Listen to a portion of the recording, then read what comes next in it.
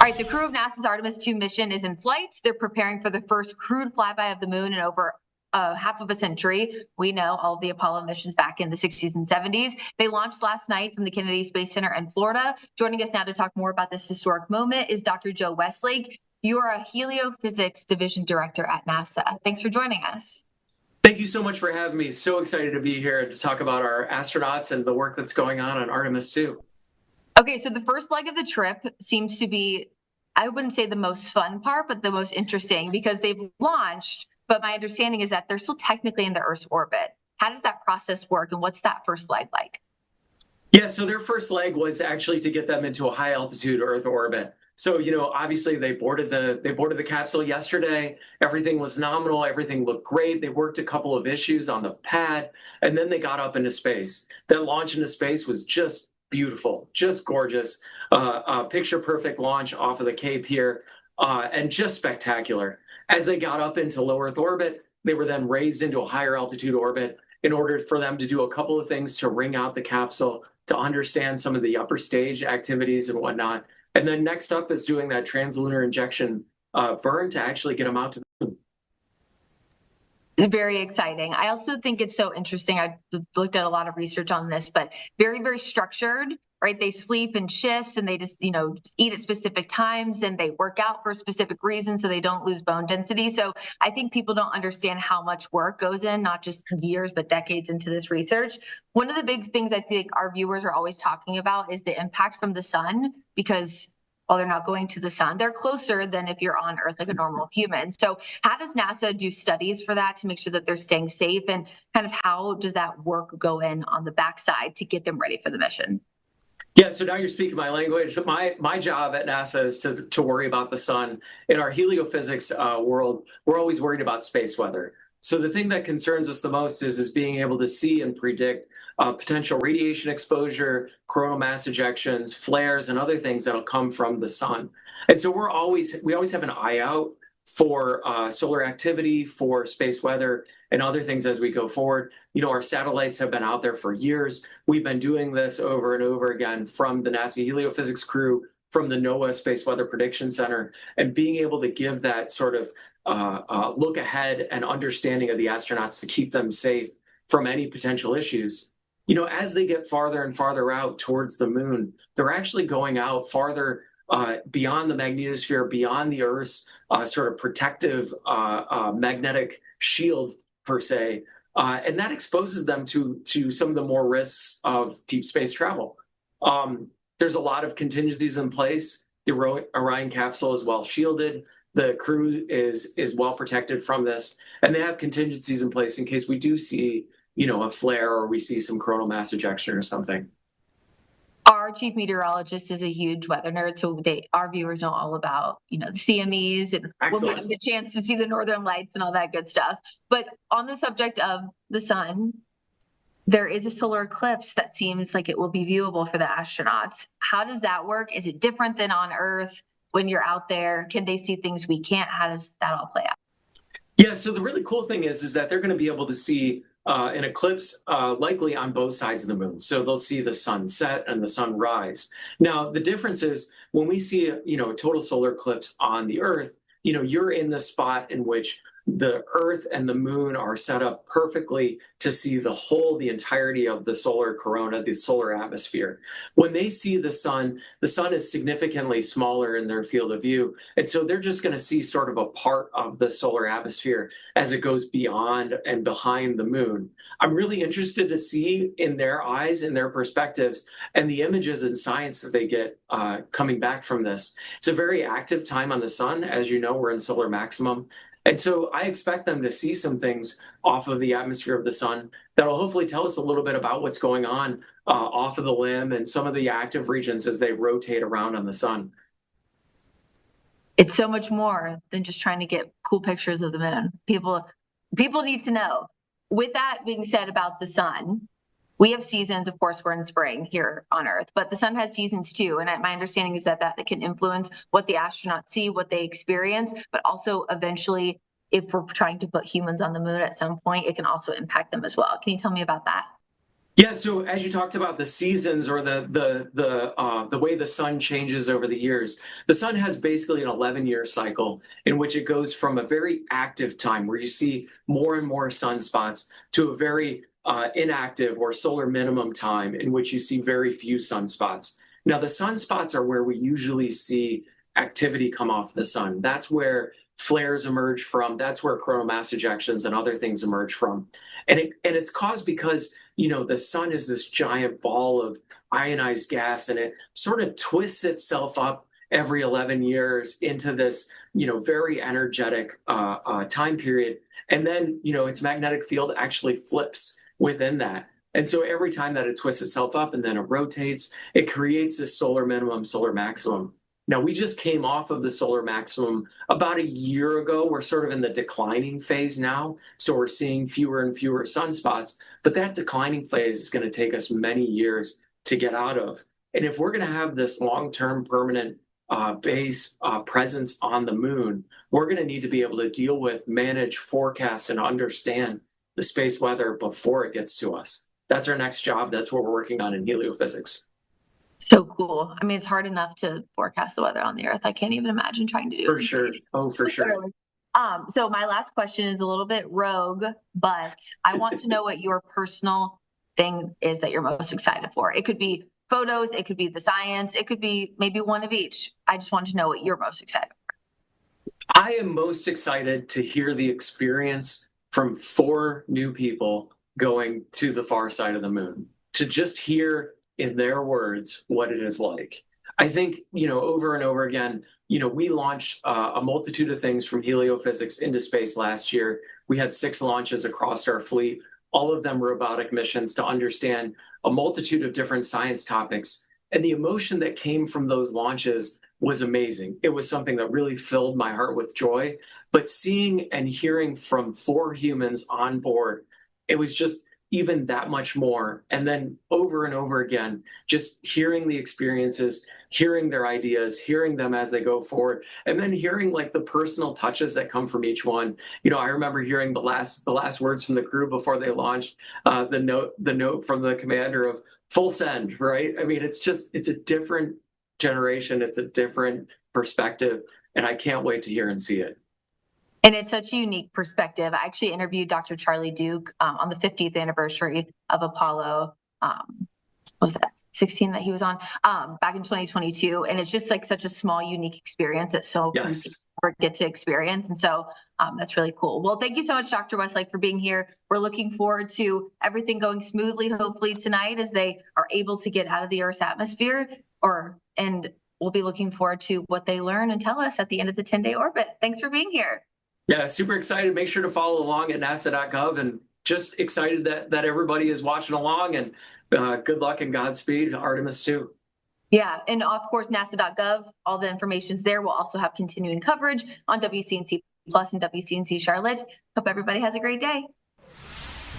All right, what a great interview. It's great to have that type of experience and expertise while this mission is ongoing. In fact, this crew, they become the first humans to see a full crescent Earth since 1972, and they actually saw that a little bit earlier. So some cool things that are happening, historic type of things that a lot of folks will remember.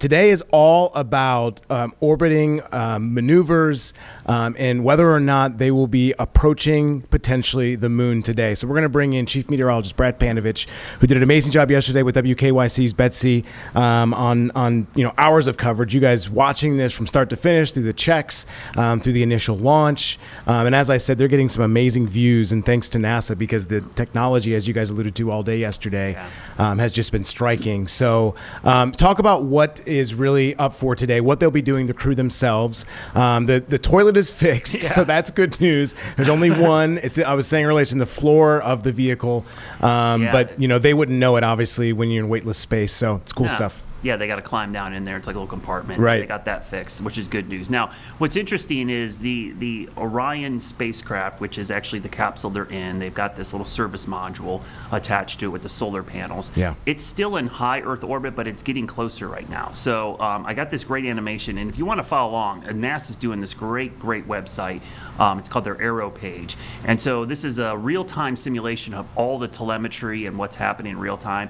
And the cool thing is it overlays their path. So right now you can see where Orion is. It's in this high orbit. Earlier today, that picture you saw like around 7 a.m., that's when it was at its furthest distance from the Earth. That's why the Earth looks so small. It was like 45,000 miles away. That was the first time we've seen that kind of crescent shape. But what's going to happen is this is going to follow this path here. And tonight, roughly around 7:50ish, it's going to be 24 hours into the mission.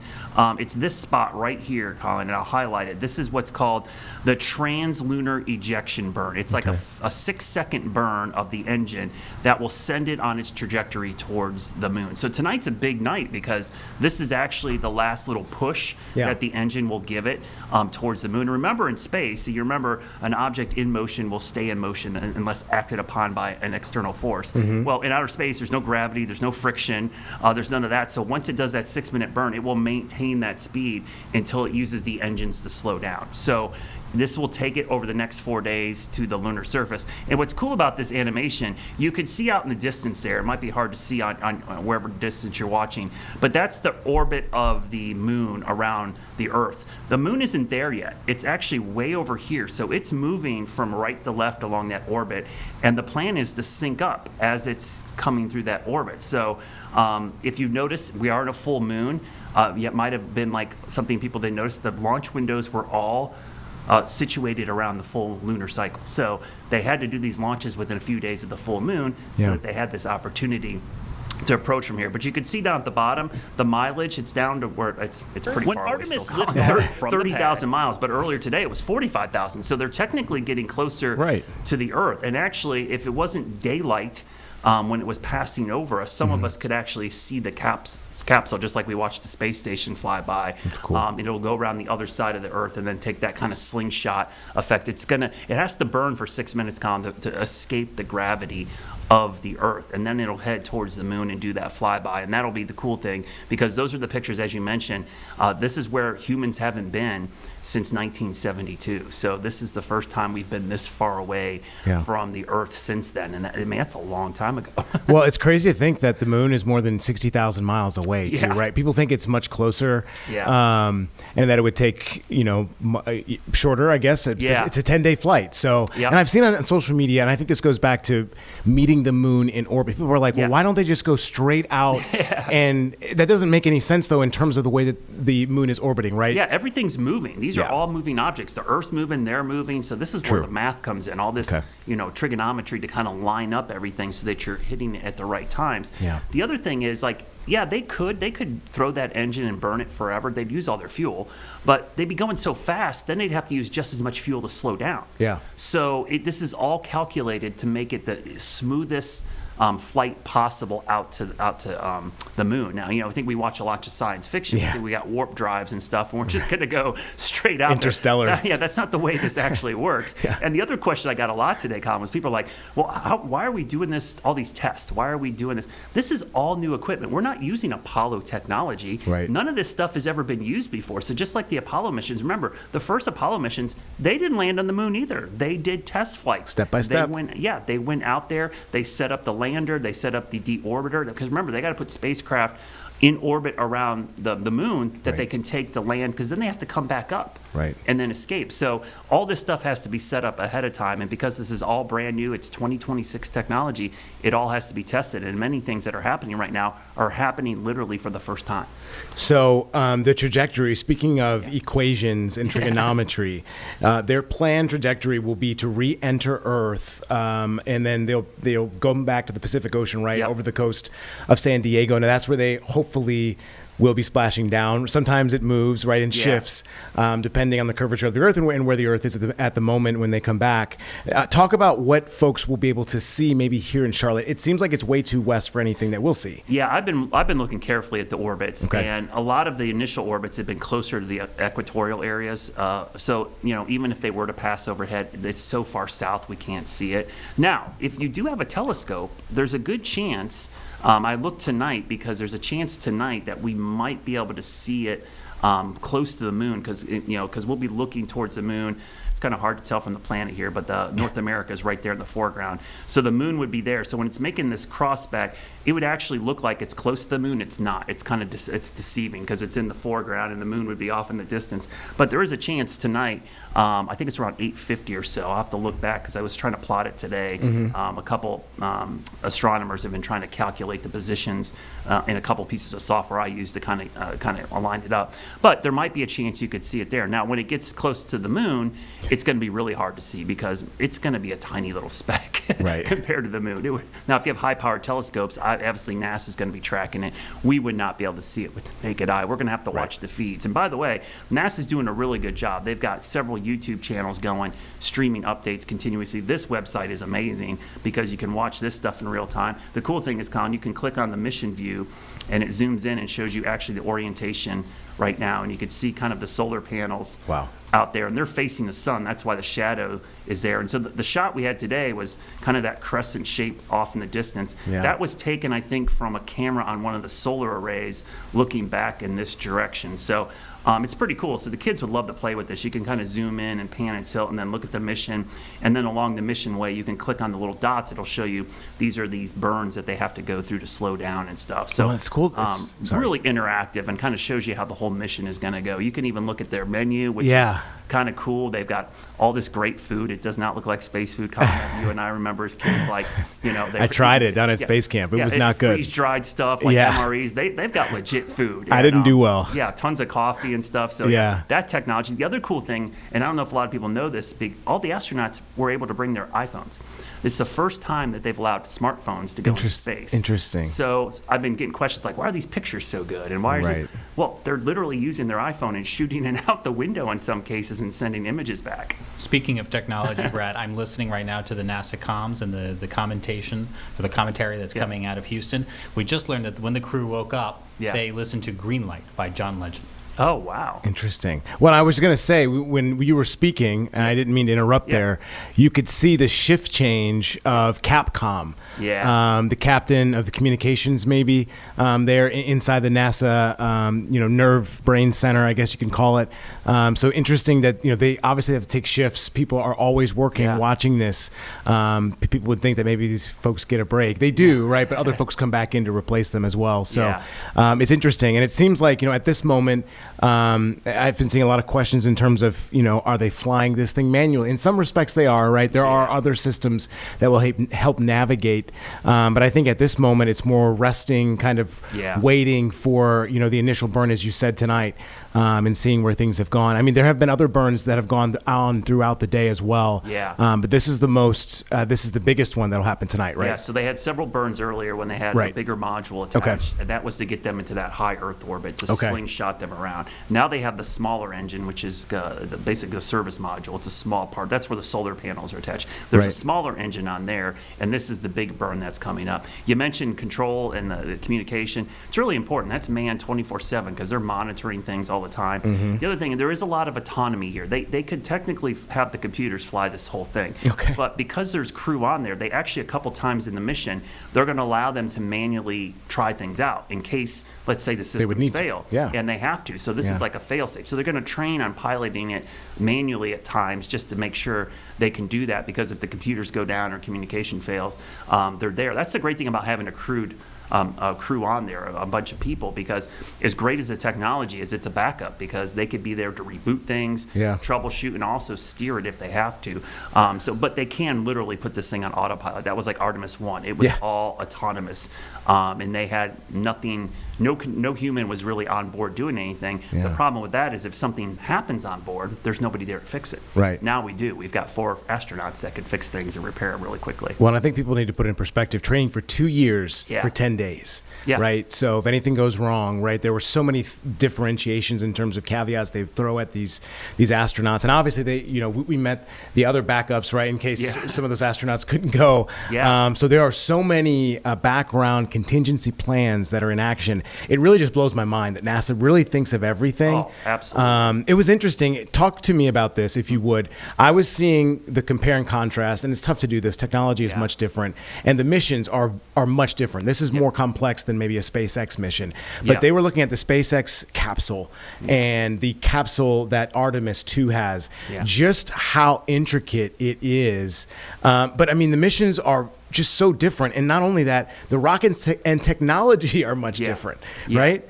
Yeah, the SpaceX. So the SpaceX has their Falcon 9, which has been their workhorse. That's where they launch all the satellites. That's only to get basically satellites into orbit. Okay. It can take the Dragon capsule. The Dragon capsule. They'll get people up to the space station back and forth. Right. That's a very good platform. But because this is such a high orbit, and because they needed so much fuel to do these other burns, they couldn't put this on a Falcon 9. They would have to use one of the larger rockets. That's why the Starship's being developed by SpaceX. That's what they hope to take to the moon and beyond, maybe to Mars. That's a massive rocket, just like the SLS is with this one. This was a huge rocket. They needed that lift to get it into that higher orbit. Also, in future missions, they're going to be putting landers and other equipment. They need to transport way more equipment. So the payloads will get bigger over time as they take more stuff up there. Because eventually, they're going to build a moon base. Blue Origin's going to be involved with this, and SpaceX. So it'll be all their partners, all these private sectors. They're working on landers and other things that are coming next year and the year after. So this will be a collaborative effort among all of these agencies coming together to get this moon base built, maybe even put a factory there where they're going to produce fuel on the moon. And the next step, and this is what people don't really think about, we're thinking about the moon. Mars is actually the destination of all this. Right. Because the moon's just a stopover. Yeah, we want the moon to be like the rest stop, the place where we're going to stop. Buc-ee's, right? Yeah, refuel. Go in there, maybe not Buc-ee's. rest up, and then go to the Mars. And Mars is really like the transformational thing of our lifetimes, and our kids' lifetimes for sure. This will be their Apollo missions, if you will, because we'll be going to Mars, and somebody is going to eventually, I think in our lifetimes for sure, is going to be landing on the red planet. My dad got a chance to fly T-38s in the Air Force, and never had a chance to even think about potentially being an astronaut. I talked about going to Huntsville, going to space camp as well. That was kind of as a boy, as a teenager, and went through some of the programs, went to the underwater type of module that they went to escape, some of the gyro scope that they have there. Forget the exact name of it, but I mean, just the training. I was kind of looking back through some of the videos, and Nat Geo has done a great job. For anybody that wants to go back and kind of look at the training over the last 2 years, and they've done a really good job of compartmentalizing part of these. It's just so much training, and I guess what I'm looking for is to hear them when they get back on the ground, their perspective of not just the Earth, but of the moon as well, right? I'm really looking forward to hearing from them. Yeah, I think that's the thing that it will change them tremendously, because they're going to see the Earth. They've already seen, like, the pictures today. That's, the Earth looked tiny, right? It starts putting in perspective, like even like some of the astronauts, like who was Dr. Cook was up there. She's been in the space station, but that's like in a 200,000 miles up there, or 200,000 feet above the Earth. It's closer to the planet, so the Earth still looks big, right? Right. You're getting to these farther distances, 45,000 miles. Eventually, on the other side, they're going to go 8,000 miles past the moon. The Earth is going to look tiny. It's going to look like they're in the universe, right? It's going to give them perspective that I don't think any human normally has, because you don't get to see the Earth in that kind of view. And I think it will change them dramatically, at least put things in perspective for them. And the human element, that's a big part of this mission, like how this is going to impact them mentally, physically. There's a lot of things we're going to learn from it. And I think that's the thing I'm looking forward to, is like their perspective, their pictures, the stories they're going to tell of like what they saw and thought when they got to that far side of the moon, because nobody's ever been there. We can say, hey, they're not landing this time, but they're also going farther into space than any human ever has. That's why this mission is so historic. I think a lot of folks, when they heard, oh, they're just doing a flyby, this is just like Apollo. No, they're going farther Nobody's than ever- Apollo. right. So in many ways, this is as historic as landing on the moon because we've never been this far out. Right. That's so cool to think about. Well, Brad, we could talk about it for the entire hour. I know you have to get your forecast ready, and we'll have more time to talk about it. Obviously, you'll be going through things on weather impact tonight at 6:30. So 6:30, yep. thank you for your time, sir. Yep, we'll see you then. All right.